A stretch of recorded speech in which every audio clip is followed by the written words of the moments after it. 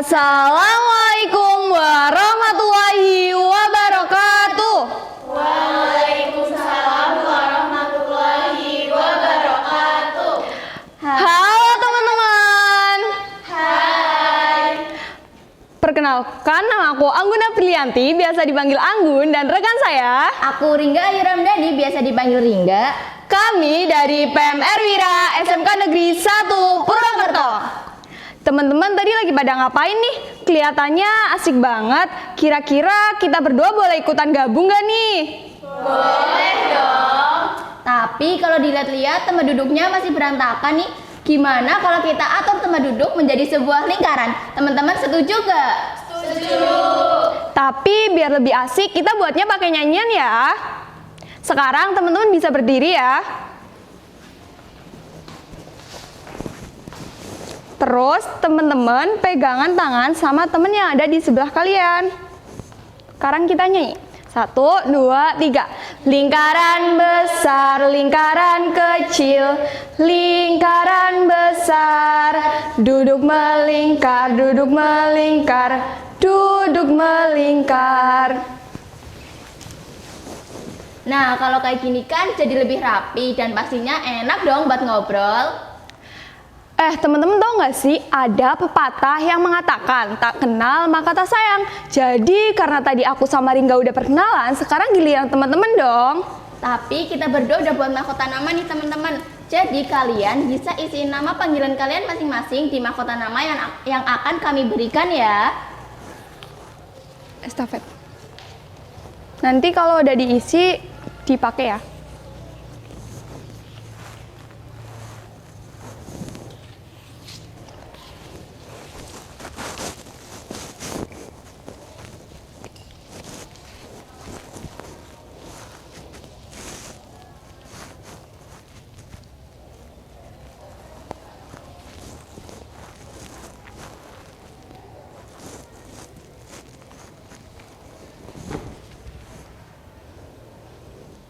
Nah, untuk cara perkenalannya bakal dicontohin sama aku dan Ringga.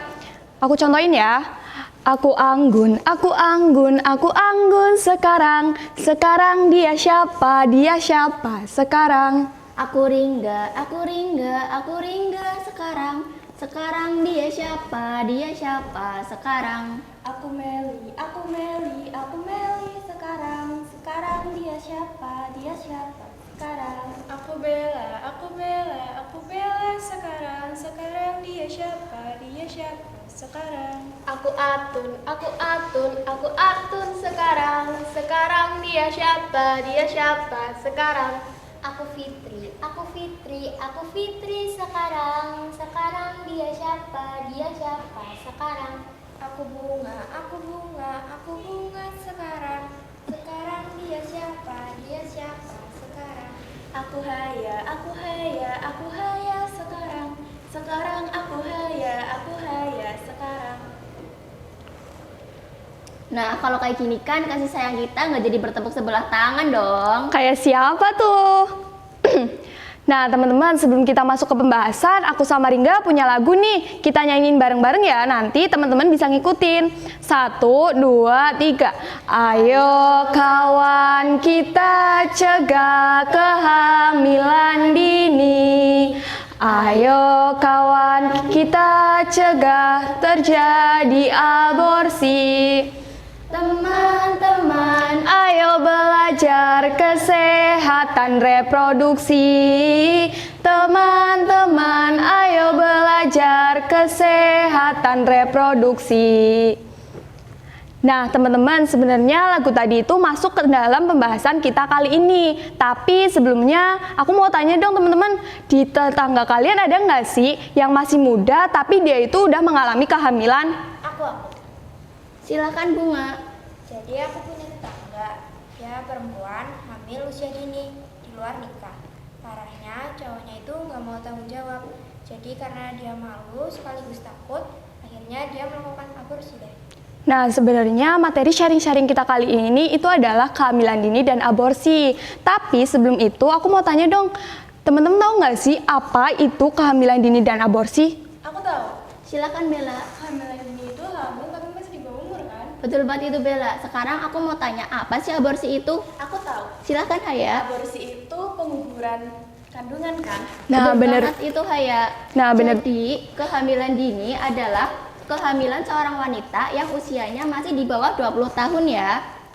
Nah, sedangkan aborsi sendiri, aborsi itu adalah pengguguran kandungan yang dilakukan secara sengaja ataupun tidak disengaja. Nah, biasanya aborsi itu dibantu oleh bantuan dukun, bidan, ataupun dokter.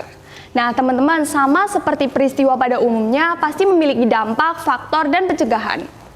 Sekarang dampak apa saja sih yang terjadi akibat kehamilan dini itu? Yang pertama ada dampak fisik. Contohnya mengalami masalah kesehatan selama masa kehamilan, persalinan hingga masa nifas. Yang kedua itu dampak emosional. Contohnya mengalami kecemasan ataupun depresi bagi dirinya. Yang ketiga adalah dampak sosial. Contohnya mengalami masalah sosial di lingkungan pertemanan, keluarga ataupun masyarakat sekitar. Nah, sekarang aku mau jelasin faktor apa aja sih yang mempengaruhi terjadinya aborsi. Yang pertama itu ada terjadinya kehamilan yang tidak diinginkan. Nah, biasanya ini terjadi pada korban pemerkosaan atau pelecehan seksual. Biasanya tuh menimbulkan emosional bagi korbannya. Nah, bagi para perempuan yang terkena korban itu pasti bakal memilih aborsi karena mereka tuh berpikir bahwa aborsi itu adalah jalan satu-satunya untuk mengendalikan kendali atas tubuh mereka. Nah, yang kedua itu ada ketidaksiapan fisik dan mental. Tidak semua orang itu siap secara fisik dan mental sebagai orang tua, apalagi mereka itu masih terpaut dalam usia pelajar. Nah, yang ketiga itu ada kondisi ekonomi yang sulit. Mereka tuh berpikir jika kondisi ekonomi mereka sulit, mereka itu nggak bakal mampu nih merawat anak yang akan mereka lahirkan. Sekarang gimana sih cara mencegah agar kehamilan dini itu tidak terjadi? Yang pertama, tidak melakukan seks yang dipaksakan. Yang kedua, menghindari terjadinya perkawinan di bawah usia 18 tahun nih teman-teman. Nah, yang ketiga itu adanya pendidikan dan kesadaran tentang kesehatan reproduksi. Kita nih sebagai PRS harus bisa mengedukasi ke teman remaja sebaya lainnya untuk bisa meningkatkan pendidikan dan kesadaran tentang kesehatan reproduksi. Nah, teman-teman, dari materi sharing-sharing kita tadi, kira-kira teman-teman ada yang mau ditanyakan nggak? Aku mau tanya dong. Silahkan Fitri pertanyaannya. Tadi kan katanya hamil di bawah umur 20 tahun itu rentan keguguran. Nah, apa yang menjadi penyebab kalau hamil di bawah umur itu jadi lebih mudah keguguran? Aku izin jawab pertanyaan dari Fitri ya. Jadi kenapa hamil di usia dini itu jadi mudah keguguran? Mungkin karena kondisi psikologisnya yang belum siap. Nah, hampir banyak remaja perempuan di sini tuh mengalami kehamilan di luar nikah. Nah, mereka tuh kayak malu untuk berbicara. Akhirnya mereka tuh kayak masih kurang perawatan yang cukup. Nah, itu yang membuat kenapa hamil di luar kehamilan dini itu jadi rentan keguguran.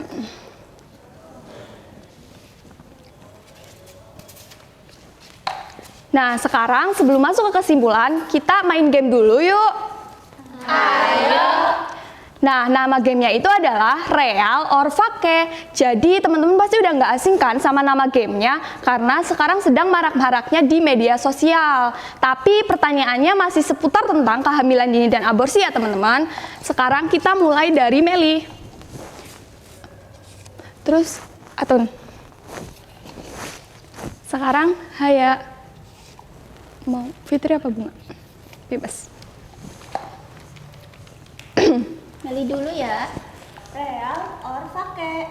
Kehamilan dini dapat meningkatkan resiko masalah kesehatan ibu dan bayi. Oh no, real.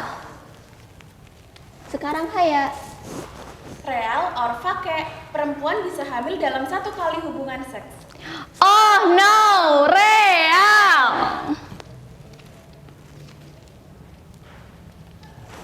Sekarang Atun.